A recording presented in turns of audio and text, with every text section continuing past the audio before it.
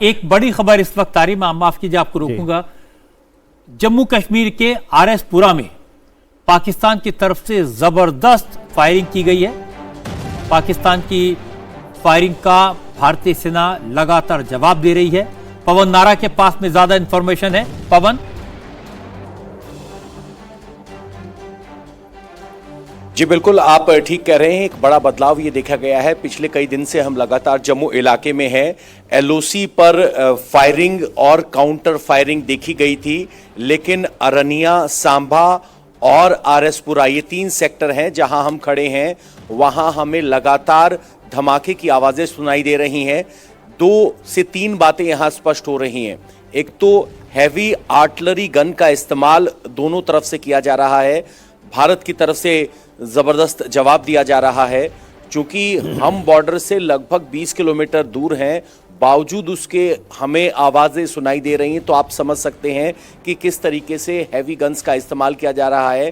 पूरे इलाके में यहाँ ब्लैकआउट है। शुरुआत हुई थी जिसका जवाब भारतीय सेनाओं की तरफ से दिया जा रहा है।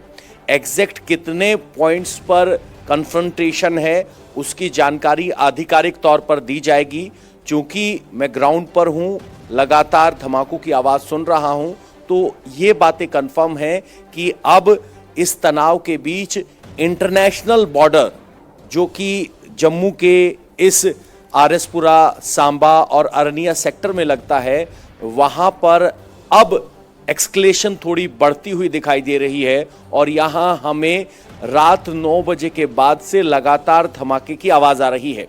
एक और बात रजत जी, आज हम नौशेरा सेक्टर के लांब वैली में गए थे, जहां लगातार पाकिस्तान की तरफ से गोलीबारी की जा रही थी। वहां से हमारे पास स्थानीय निवासियों के फोन आए हैं कि जबरदस्त गोलीबारी की जा रही है और इस गोलीबारी में बोफोर्स गन का इस्तेमाल किया जा रहा है। उनकी तरफ से हौज़र हैं और बड़े गोले मिले हैं। वो दिन में रिपोर्टिंग के दौरान हमने आपको भेजे थे। और वैसी ही फायरिंग रात 9 बजे से लगातार नौशेरा में भी जारी है।